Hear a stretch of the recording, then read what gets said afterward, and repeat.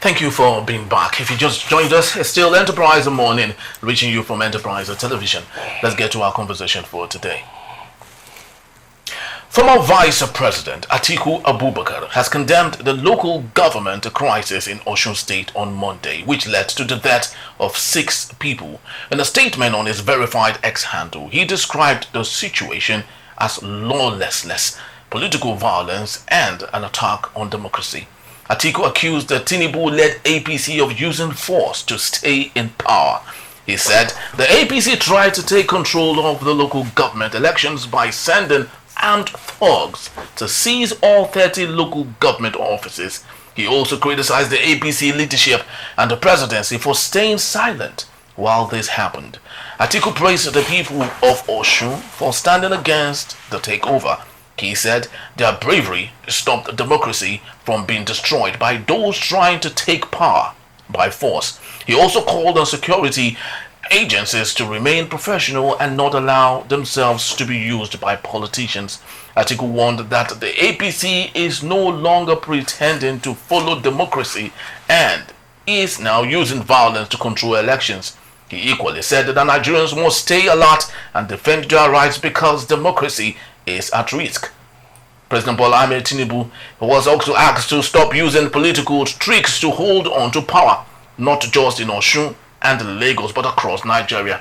He said Nigerians want good leadership, not chaos, and will not allow their democracy to be destroyed. That's our take for today. Now let's have our conversation. Doing that, we have virtually joining us virtually is Barrister Tunji Abdul Hamid, Barrister Law Public Affairs Analyst. Thank you so very much, Barrister, for being here. Thank you for having me, Henry. All right. It's my pleasure to be with you. Yes, we equally have right here in our studios Emeka Maduna, good journalist, public affairs analyst. Thank you, Emeka. Yeah, hello, viewer. My pleasure. All right, so let's start with you, Barrister Tunji Abdul Hamid. Maybe you might help us, bring us up to speed, because this is your party that's involved as part of the problem in Osun State. We do not know what the remote cause of the problem is, but what we can tell is that 6 persons have been, of course, have died as a result of that. Speak to us. What is really the problem? Henry, I'm here not speaking as a party man. I'm here not speaking as a member of PDP or any party. I am here speaking as Tunji Abdul Hamid, who's trying to look at issue with a national interest and security interests. So I am looking at it as a lawyer. I'm a lawyer, and this issue is a legal issue as far as I'm concerned, because the major issue here is judgments, enforcement of judgments. In other words, one party is claiming and they have the right to take possession of the local government.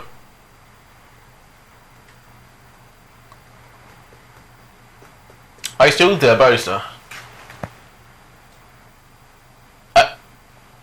All right, it's like there is no judgment to that effect. So there are enforcement of judgment is not about, it's not for you to personally take law into your hand and say because you have judgment you want to go and enforce it. There are procedures and processes of enforcing judgment, and the responsibility of enforcing judgment lies in the courts. So if you have a judgment of the court and the other party is not complying with the judgment, what you do is to go back to court and take the proper process of enforcing it.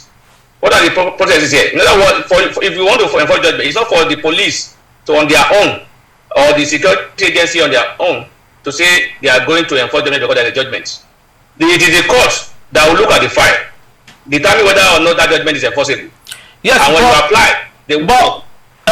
Barrister, I would love you to maybe help us. What exactly is the judgment on the reference here? Yeah, the judgment here is that, you see, in 2022 or so, the local government chairman was sacked by there is an agreement to that as to that effect by the current governor, according to some people. But the governor is saying they were already sacked before he came into power.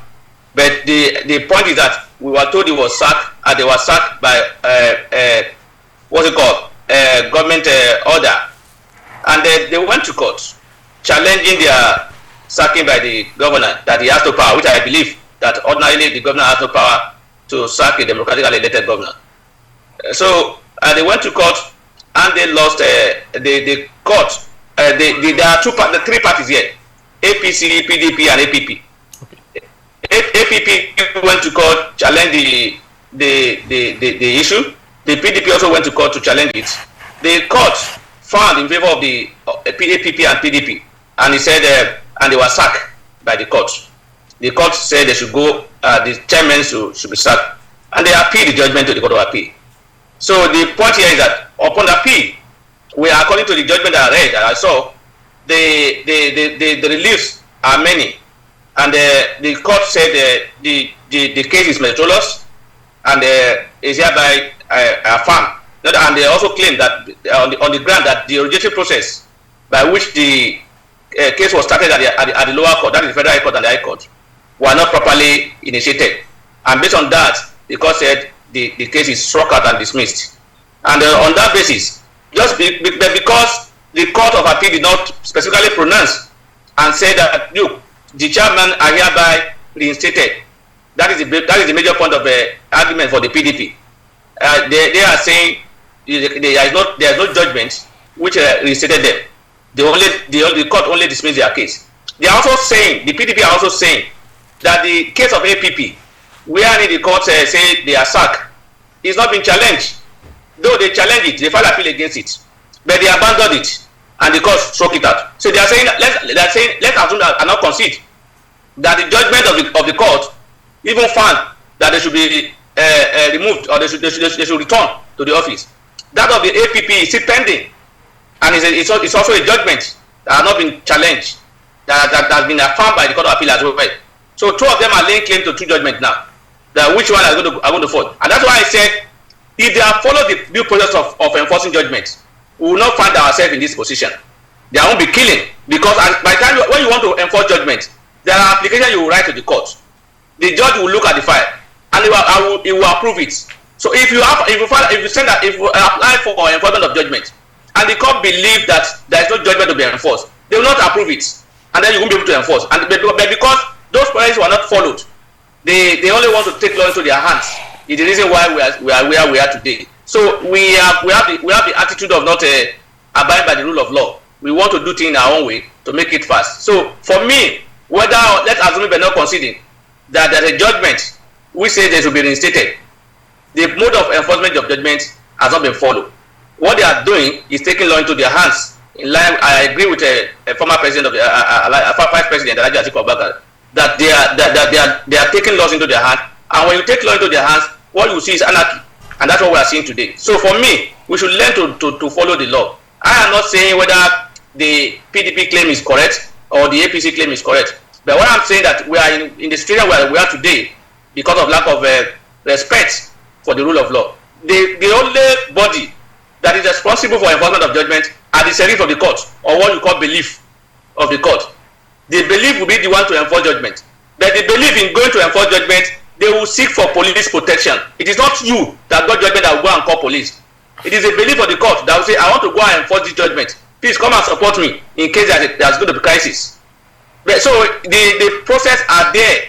You apply to the court, you apply to the police through the court, and then they will grant all those requests. Then you will go and enforce. Not that somebody will say, because the court has said, I am the governor, they will not just move and say, we are going to the government house and I want to go and take over. That is not the way to go.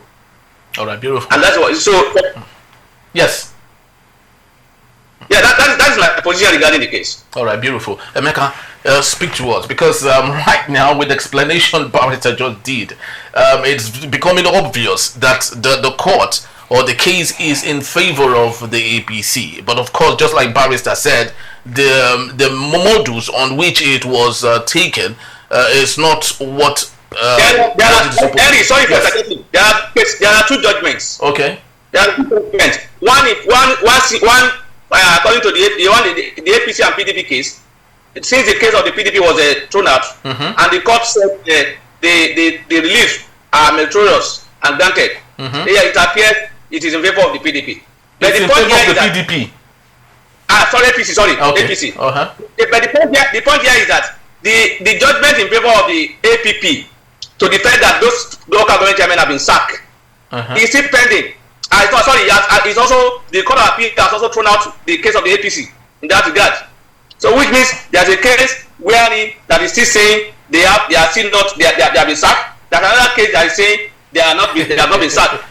So and that's why the two of them are picking which one they want to pick. The APP abandoned the case against APP. Okay. And because they abandoned it, the Court of Appeal threw it out.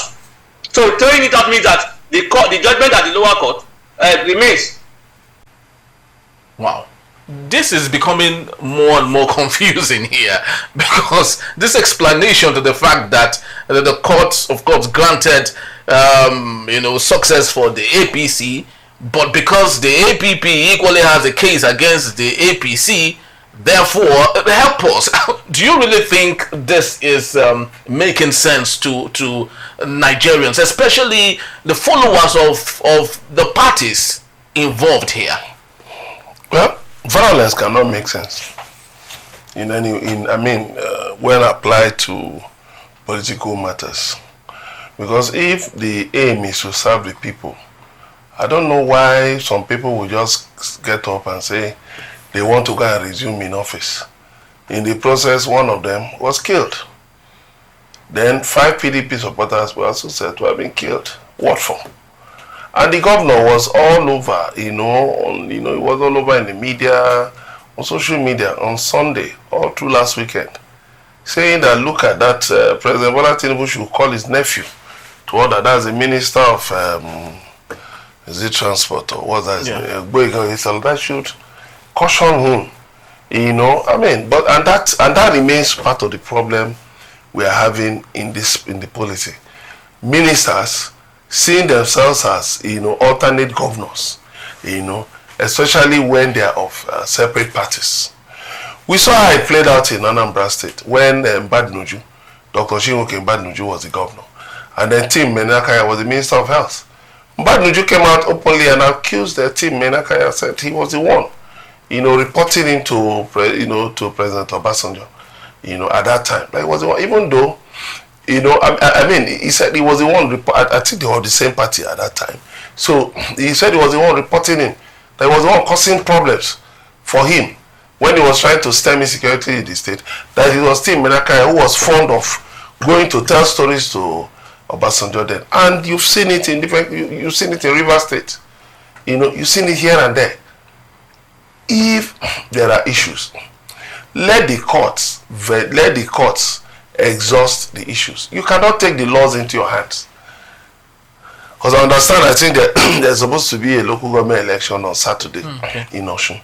So what is the intention of those saying they want to go and take over power? Are they to now decide? Because if you say I'm going to take over power, to what extent do you still have legitimacy in that office?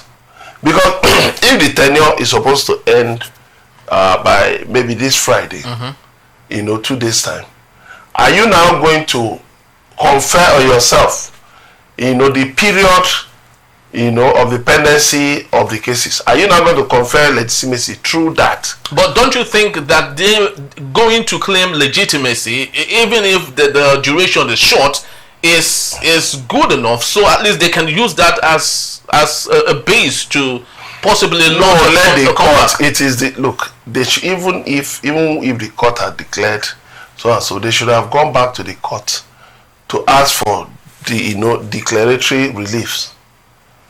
Okay, you can resume.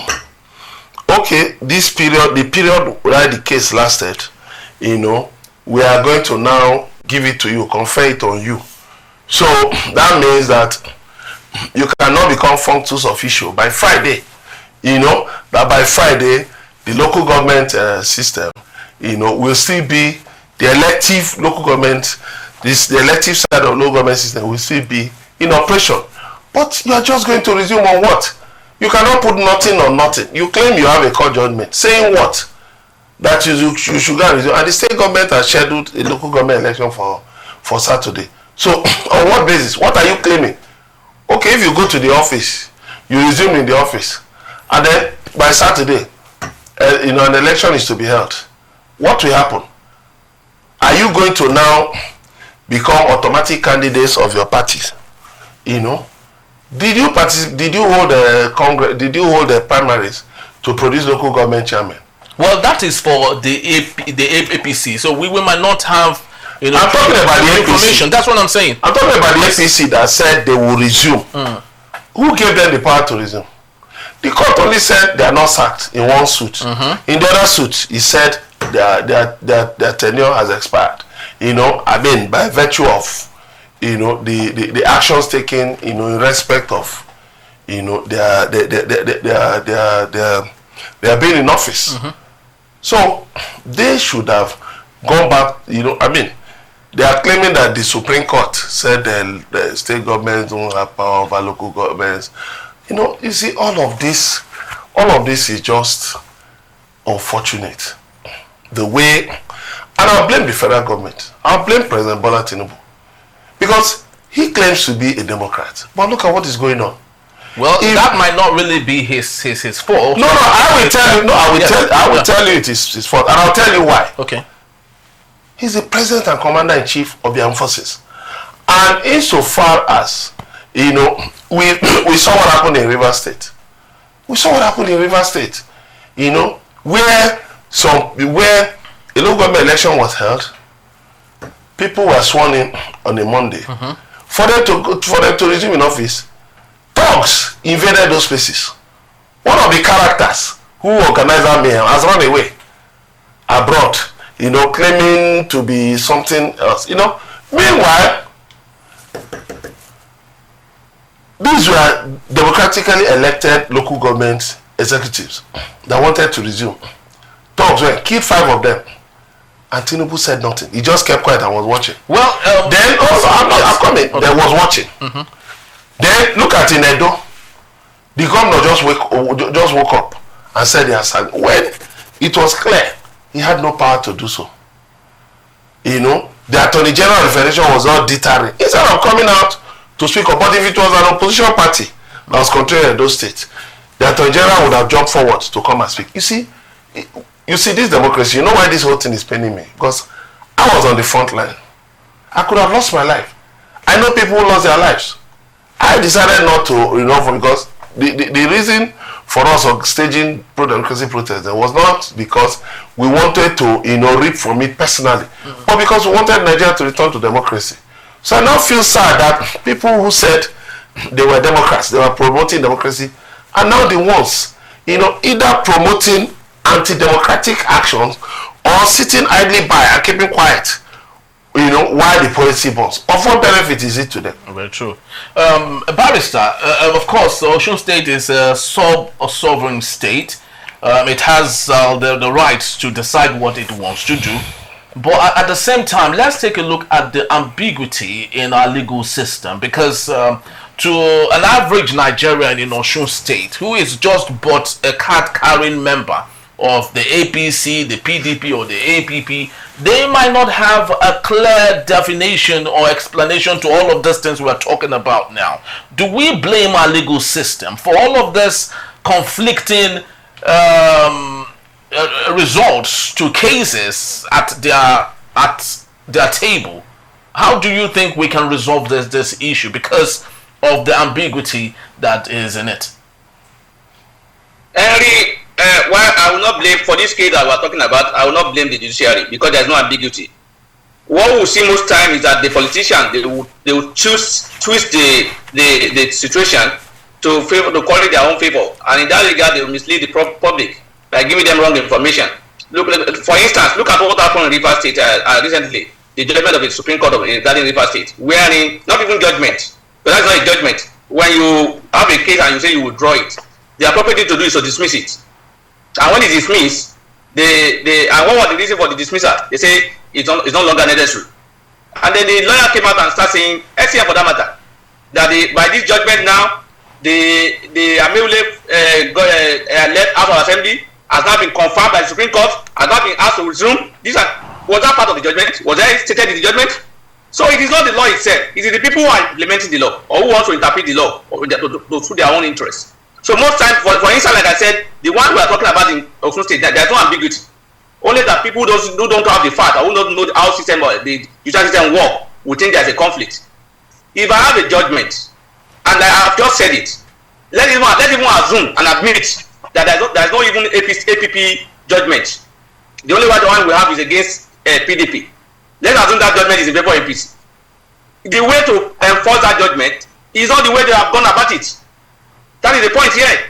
So most times we create this impression or wrong impression against the judiciary, strong because of the wrong step we take, or because of wrong interpretation that we give to the judgment of the court because it doesn't favor or it favors us. So it is, I will not blame there's no ambiguity here as far as I'm concerned, because I'm a lawyer.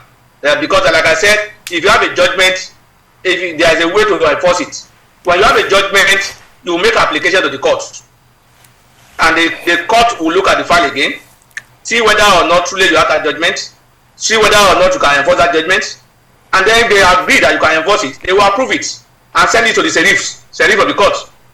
The sheriff will gather and will write application to the police, asking for the police for assistance, that they want to go and do enforcement, and please support us. So in this case, what they are supposed to have done is to go back to the court, do all these things, and then the police and sheriff will follow them to the local government and say this is what we have come to do. So, but if they didn't do that, they on their own had to go to the police with all the police and security agencies, because we have security agencies that are biased, that can be controlled by one person either in Abuja or anywhere. So for me, there is no ambiguity here. There is no ambiguity. The law is not. There is nothing ambiguous in the law that is on ground here, or the judgment that is on ground. The people who are interpreting it are the one making it look so. Everybody is interpreting it in the way that favors them, and that's how we are seeing what we are seeing. So, and the interpretation of judgment of court when it comes to enforcement should not be left to the individuals. You can't interpret it and say, because of my interpretation, I want to go and resume. You cannot interpret and say, because of this your interpretation, I will not obey it. So that is not the way to go. Let's leave everything to the court and do the right thing. We are getting this result, or likely the assumption that there's an ambiguity because of the likely interpretation and the approach by the people that are involved. All right, beautiful. Emeka, coming from Atiku Abubakar himself, of course, because he is in the opposition, it is beginning to look like before now there weren't classical cases, regarding to this that have happened in the past. For the want of time, I would not want to go through so much, but there's a classical case here: Attorney General of the Federation and ORS versus Alhaji Atiku Abubakar and ORS. Of course, I wouldn't want to go deep very into it, but of course there's a case of Atiku, of course, asking that the court grant him the position as against when he was having issues with Olusegun Obasanjo, when of course he left office and all. Now, having Atiku coming to speak for his party as against the president, don't you think that lessons should be learnt from the past, knowing that PDP at one point or another equally got itself in the same issue that Atiku is fighting against? No. You see, I will never advocate an eye for an eye. An eye for an eye will make the whole world go blind. So that the PDP was involved in this in the past. That was the PDP. That wasn't Atiku Abubakar. That wasn't Atiku Abubakar. We cannot say that if when he was a bona fide member of the PDP and equally was deeply involved in most of the things that happened in the same Osun State, Aregbesola, a former governor, was just expelled because they felt he was working against the party. So will you now come and hold Aregbesola responsible for what just happened some days ago? No. What we have seen is that in Nigeria, not all members of political parties agree with what is being done. We've seen people come out to say, I don't understand what is happening in my party. I don't understand. And you cannot blame Atiku. If you want to do so, blame the PDP, because at that time the PDP had a sitting executive. Atiku Abubakar was the vice president. He wasn't the national chairman of the PDP. He wasn't the NWC, he wasn't the NEC, he wasn't the BOT. So he is coming out as an individual to say, yes, as an individual and also as a politician. and as a Nigerian, a patriotic Nigerian, to say that what happened in Osun State would have been avoided if the APC had decided to stick, to proper procedure of, on judicial matters. But look at what happened. Sadly, 6 people died. For what? Then you see the APC calling for a state of emergency. You see, the sad thing is that a lot of these people don't even have a sense of history.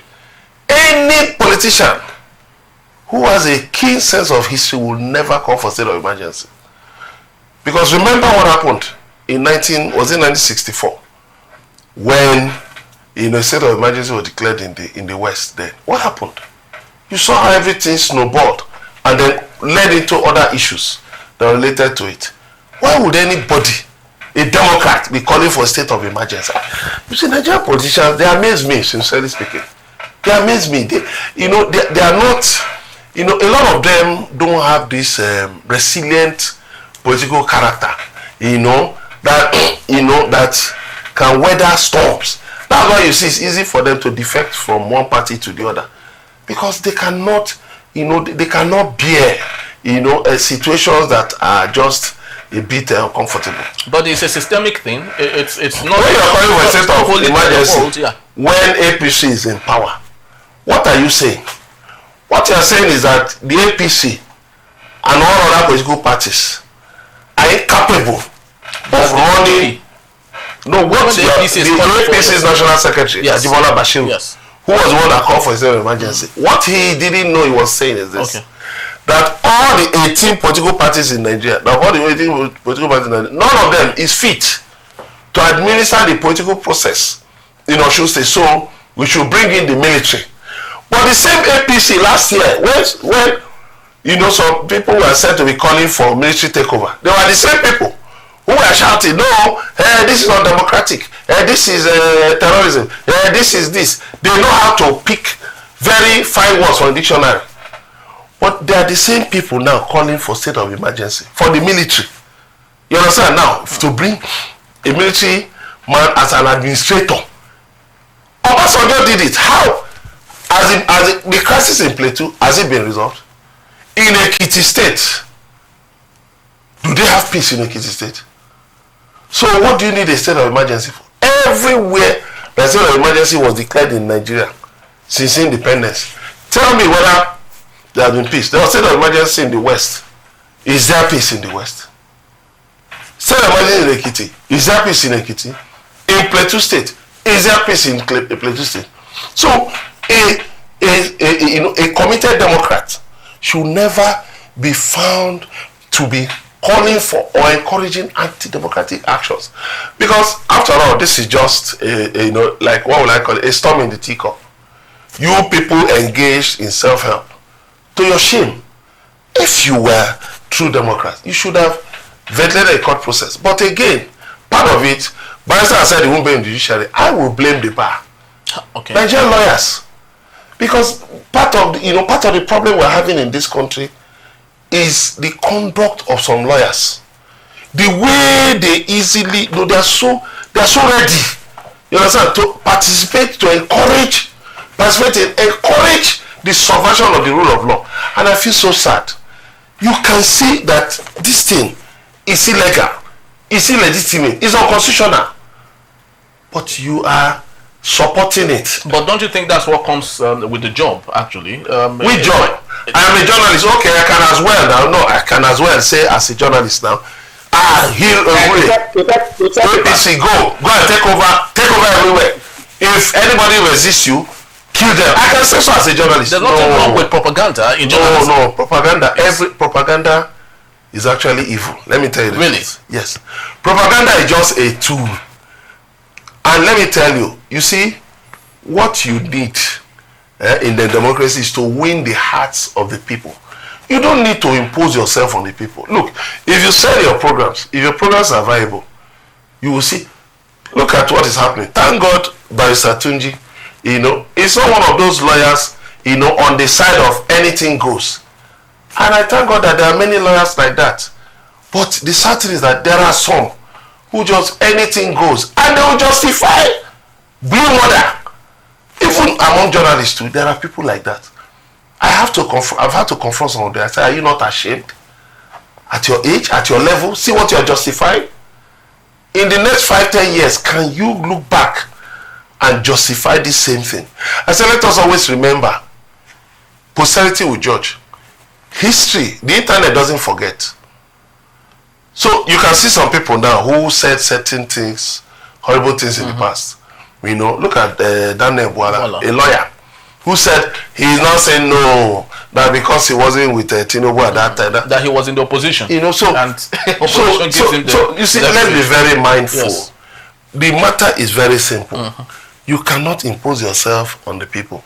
Go to court, ventilate the court process to the end. Let the court make clear declarations, and then allow the court to do the job of enforcing its own decisions. Don't indulge in self-help. Very true. Barrister, you might help us with this one because it's your area of forte. What Emeka said, as opposed to lawyers doing their fundamental job as against what looks like morality or what it is not. Speak to us on that. Then secondly, what do you think is the way forward at this point? Is it still going through the legal system, going through the judiciary? Or what do you think at this point? The president, everybody calls on the president at every interval. Even when we have sub-sovereign states that have rights to themselves. Speak to us. What do you think is the way forward? But start with what you thought about what Emeka said. Lawyers campaigning for things that they know morally is not good enough. I think I said the same thing earlier on. Yes. And that was why I made an example of a River State judgment, wherein the lawyer was saying a different thing from what the court said. I said it, that sometimes, and I also said that, look, there is no conflict in our law, but the people who are trying to interpret or enforce the law are the problems. So I agree with him that some lawyers don't do the right thing because of what they will gain. And just like journalists, just like you said the other time, and that's why you see newspaper headline that will be different from what is in the body, and they will say it's just to sell paper. I tell them that it's misleading, and it's anti what's it called? Good publication as far as I'm concerned. But they will say no, it's just an headline to attract people and to make. But it will be contrary to what is inside. So for me, it's more or less like the same thing like the lawyers who will come out and say different things. So for me, I will not I disagree with him on that. But I want to say that when we talk about judiciary, lawyers are not part of the judiciary. We should know this. Because most time when we talk about judiciary, we talk about lawyers. Lawyers are not part of the judiciary. They are, even though they are stakeholders in the judiciary, but they are not part of the judiciary. Even the Minister of Justice that people see is not part of the judiciary. It's part of the executive. So when you talk about Attorney General, you talk about Minister of Justice, you talk about executive. People don't understand these differences. And that's why most times they blame judiciary and judges for everything. Even when the case is a criminal case is not able to, the prosecutor are not able to prove their case in court, and the court throw it away, they will say judiciary. They will forget that, look, the Minister of Justice that are prosecuting the matter and the police that are prosecuting the matter are from the executive. So most times we should draw this. We should be able to know these differences. For me, the only way out, or the only way we can move forward, is if we respect the rule of law, do things in line with the law, and then we'll move forward, and then things will be better. But when we want to do things in line with our own personal interest, there will be chaos. There will be anarchy, and that's what we are seeing today. So if the rule of law has been followed in the state, we will not be where we are today. Yes, but of course, President Bola Tinubu, of course, is a very. You see, people call the president all the time. Yes. Because we are not running a democracy where there is an independence. There is no independence. There is no federalism. Nobody's, and that's why people see the president as a headmaster that can direct and dictate to everybody. Most people who also, most times they don't even understand the system. They just see it like a principal. They see the president as a principal, and they see the state government as the school as the students that the president can direct. And that's why you see whenever anything happens, most times they call on the president to intervene. Intervene in what? The only thing they should be calling the president should be doing is to call his people to order. People who are his people. The security agencies who are being used in this crisis are under the control of the president. So maybe probably that's why they are calling on the president. So they say intervene. Intervene in this manner is to call the security agency to order. Be neutral. Don't intervene. Don't do illegality. Those are the areas. But asking the president to call them to order and come and settle it for them is not in line with the principle of democracy. The president cannot be set, and that's why you see the settlement that took place regarding River State from the president was not respected because he has no backing of the law. It's just a mere political arrangement, and I don't believe in political settlement when it comes to the issue of law.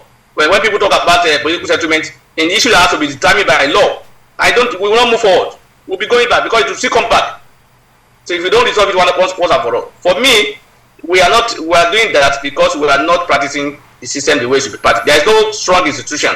We are strong individuals, and that's why you call on individuals whenever you have problems. All right. Lastly, away from the smoke screen, what is your take on Governor Adeleke's performance generally in Osun State? From your now, me to make any profound pronouncement. I have not been to Osun to assess the. But Barrister, you are widely read. You understand some of these things. We see some of these things. I don't rely on what I see on paper. You see, sometimes you see we are in the age of AI. Though I am told he's doing well, and I believe he's doing well, but like I said, I cannot rate him. Now. It will be unfair of him to rate because I don't know. But what I read is that he's doing well, and if he's doing well, then let's take it as he's doing well. But for me to rate him, it will be unfair of me. I cannot rate him. I've not been there to assess the what's it called. To assess the what's it called, the what is on ground. A barrister has just been a barrister, right? But let me come to you, Emeka Magnago. You're a journalist. You're a journalist. Yes, Eddie. You remember when Minister Wike was in River State, we were told he has done a very, very wonderfully well. But today, the people in River State are condemning him and say he's done nothing. When we saw it on paper, we saw videos of commissioning of this and commissioning of that. But today, the same people in River State are telling us that he did not do well. So that is why I'm saying it will be unfair for me to sit down here and then I have not even assessed it personally and rely on paper or publication by individual that may put up those statements based on his own sentiments. So I do my own research whenever you make statement before I take my position. I don't rely on everybody's position. All right, beautiful. All right, so we had to let Barrister leave because of a bit of a technical glitch that we have there. Emeka, so speak to us on this matter. We're talking about the performance achievement level of Adeleke in Osun State. Do you think he has done so well away from the small screen of the local government tussle? Yeah, well, from what I read, because I've not been to Osun State in many years, even though that was where I did my national service. But from what I hear, like the people, his actions, utterances resonate with the people, and the people love him, people support him. I think so far the most contentious issue has been that of the airport, the issue of the airport, moving the airport from the proposed Osun State Airport from Ido-Osun to Ede. But to me, honestly, people, state governments building an airport should not be a priority. The priority should be providing infrastructure. And what do I mean? Running a gas pipeline to your state so that you now build a power station. If I hear a governor saying he's building a power station, I will give him my support, him or her my support, 100%. Because what you are doing is that you are launching your people into the future. Honestly, when there is power, sincerely speaking, all this issue about building airports and all that, private investors, if they come in and they feel they need an airport, they will use their funds, they will use their money to build an airport. You don't need to use your money to build an airport. Somebody visited Nigeria, I think from America recently, went to Ebonyi State, and what they were saying was that, for the first time an aircraft landed at the airport because of the lady. After the commissioning by former President Muhammadu Buhari, because of the lady, an aircraft landed in the place. So people will always, business will always gravitate, towards where, there are favorable conditions. So I think the governor should abandon that idea of an airport. Look at Oshogbo, look at Ede, look at Akure. There's an airport in Akure. It's underutilized. Look at Ibadan talking of an airport. Look at Ogun State talking of an airport. And you have an airport in Lagos. How many flights are operated from the airports in Lagos? How many flights? So when you talk of power, light up your state, light up the rural area. You know, I thought I would hear the governor say something, you know, being somebody who's exposed, widely traveled, I thought I would have heard him say something like, okay, we're going to light up the whole of Osun State. You know, the steel rolling mill in Osogbo, we want to see if, for instance, we can, you know, in consortium with some foreign investors, if we can buy it over, and then even at the minimum produce iron rods there, even if it's at the minimum produce iron rods, and steel mills require, you know, a lot of power. You know, steel mills require a lot of power. So if you build a power station, let's say 50 megawatts or 100 megawatts, look at what Shey Makinde has done in Oyo State. You know, I mean, good, laudable.